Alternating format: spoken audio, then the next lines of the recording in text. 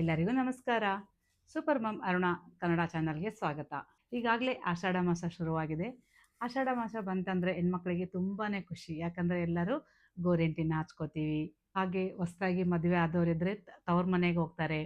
ಆಮೇಲೆ ಇಲ್ಲಿಂದ ಶ್ರಾವಣ ಮಾಸ ಬರುತ್ತೆ, ಹಬ್ಬದ ಸುರಿಮಳೆನೇ ಬರುತ್ತೆ. ಈ ಆಷಾಢ ಮಾಸದಲ್ಲಿ ಗೋರಿಂಟಿನ ಯಾಕೆ ಹಚ್ಕೋತೀವಿ ಅಂದರೆ ಮೆಹಂದಿನ ಹಚ್ಕೋತೀವಲ್ಲ, ಮೆಹಂದಿ ಎಲೆನ ಯಾಕೆ ಹಚ್ಕೋತೀವಿ, ಇದರಿಂದ ಇರುವಂಥ ಸೈಂಟಿಫಿಕ್ ರೀಸನ್ಸ್ ಏನು, ಹಾಗೆ ಆಧ್ಯಾತ್ಮಿಕ ಸ್ಟೋರೀಸ್ ಏನು ಅನ್ನೋದನ್ನು ಈ ವಿಡಿಯೋದಲ್ಲಿ ಶೇರ್ ಮಾಡ್ತೀನಿ. ಆಲ್ರೆಡಿ ನಾನು ಲಾಸ್ಟ್ ಒಂದು ವಿಡಿಯೋದಲ್ಲಿ ಅದಕ್ಕೆ ಸಂಬಂಧಪಟ್ಟ ಒಂದು ಸ್ಟೋರಿ ಕೂಡ ಹೇಳಿ, ಅದಕ್ಕೆ ಸಂಬಂಧಪಟ್ಟ ಸೈಂಟಿಫಿಕ್ ರೀಸನ್ ಕೂಡ ಹೇಳಿದ್ದೀನಿ. ಆ ವಿಡಿಯೋನ ಕೂಡ ನೋಡಿ. ಎಲ್ಲನೂ ಒಂದೇ ವಿಡಿಯೋದಲ್ಲಿ ಮಾಡೋಣ ಅಂದ್ಕೊಂಡ್ರೆ ತುಂಬ ಲಾಂಗ್ ಆಗುತ್ತೆ, ಆಮೇಲೆ ನೋಡೋದಕ್ಕೆ ನಿಮಗೂ ಕೂಡ ಬೇಜಾರಾಗುತ್ತಲ್ಲ.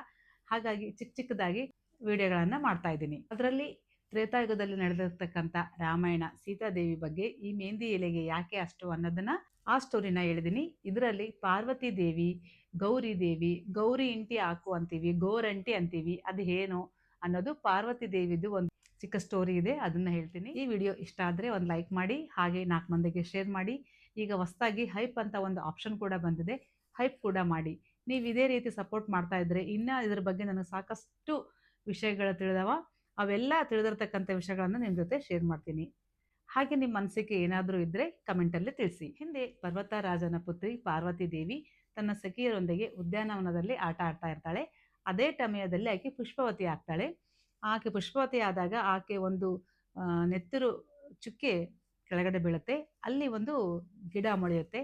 ಅದನ್ನು ನೋಡ್ತಕ್ಕಂಥ ಸಖಿಯರು ಇದನ್ನು ವಿಷಯ ತಿಳಿಸೋಣ ಅಂತೇಳಿ ಪರ್ವತರಾಜನ ಹತ್ರ ಹೋಗಿ ಹೇಳ್ತಾ ಇರ್ತಾರೆ, ಈ ರೀತಿ ಆಯಿತು ಅಂತ. ಆಗ ಪರ್ವತರಾಜನು ಬಂದು ನೋಡ್ತಾ ಇರಬೇಕಾದ್ರೆ ಅದು ಚೆನ್ನಾಗಿ ಗಿಡ ಒಡೆದಿರುತ್ತಲ್ಲ, ಚಿಕ್ಕ ಚಿಕ್ಕ ಎಲೆಗಳೆಲ್ಲ ಇರ್ತಾವ.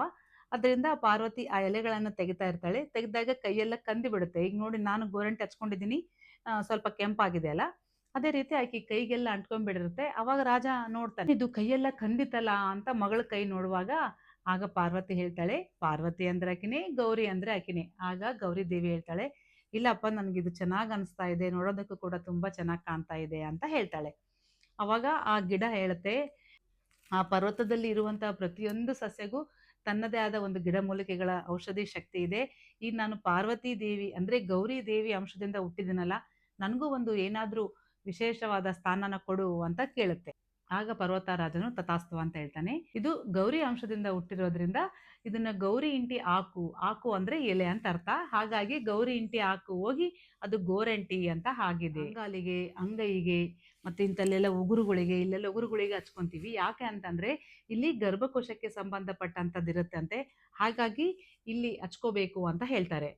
ಅದಲ್ಲದೆ ಈ ಆಷಾಢ ಮಾಸದಲ್ಲಿ ನೋಡಿ, ಈಗ ಮಳೆ ಬರುತ್ತೆ. ಹಿಂದೆ ಎಲ್ಲ ಎಷ್ಟು ಬಿಸಿಲಿತ್ತು, ಶೆಕೆ ಜಾಸ್ತಿ ಇತ್ತು. ಈಗ ಆಷಾಢ ಮಾಸ ಬಂತಂದ್ರೆ ಗಾಳಿ ಸ್ಟಾರ್ಟ್ ಆಗುತ್ತೆ.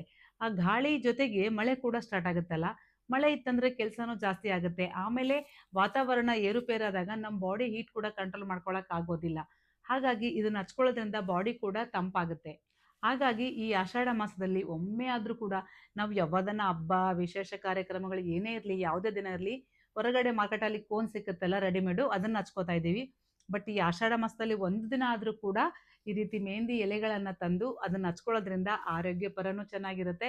ಹಾಗೆ ನಾವು ಹಿಂದಿಂದು ಆಧ್ಯಾತ್ಮಿಕ ಸ್ಟೋರಿಗಳನ್ನ ನೆನೆಸ್ಕೊಂಡಂಗೆ ಕೂಡ ಆಗುತ್ತೆ. ಈ ಆಷಾಢ ಮಾಸದಲ್ಲಿ ಯಾರಿಗಾದ್ರೂ ಮದುವೆ ಆಗಿಲ್ಲ ಅನ್ನೋರು ಈ ಮೆಹಂದಿ ಎಲೆಗೆ ನಮಸ್ಕಾರ ಮಾಡಿಕೊಂಡು ಮನಸ್ಸಲ್ಲಿ ನೀವು ಸಂಕಲ್ಪ ಮಾಡಿಕೊಂಡು ಆ ಎಲೆಗಳನ್ನ ತಂದು ಅದನ್ನ ಮಿಕ್ಸಿಗೆ ಹಾಕಿ ಒಂದು ಬೌಲಲ್ಲಿ ಹಾಕಿ ಅದನ್ನೇ ಪಾರ್ವತಿ ದೇವಿ, ಗೌರಿ ಅಂತೇಳಿ ಅನ್ಕೊಂಡು ಅದಕ್ಕೆ ಎಲ್ಲ ಪೂಜೆ ಮಾಡಿ ಅದನ್ನ ಒಂದು 5 ಜನ ಮುತ್ತೈದೆಯವರಿಗೆ ಹಂಚಿದ್ರೆ ಕೂಡ ಅವ್ರಿಗೆ ಕಂಕಣ ಭಾಗ್ಯ ಕೂಡಿ ಬರುತ್ತೆ ಅಂತ ಕೂಡ ಹೇಳ್ತಾರೆ. ಬಹಳಷ್ಟು ಜನರಿಗೆ ಈ ವಿಷಯಗಳು ಗೊತ್ತಿರೋದಿಲ್ಲಲ್ಲ, ಹಾಗಾಗಿ 4 ಜನರಿಗೆ ಎಲ್ಲರಿಗೂ ಈ ವಿಡಿಯೋನ ಶೇರ್ ಮಾಡಿದ್ರೆ ಅವ್ರಿಗೂ ಕೆಲವು ವಿಷಯಗಳು ಗೊತ್ತಾಗುತ್ತಲ್ಲ. ನನಗೆ ಯೂಟ್ಯೂಬ್ ಚಾನಲ್ ಸ್ಟಾರ್ಟ್ ಮಾಡಿ 3 ಇಯರ್ಸ್ ಆಯಿತು.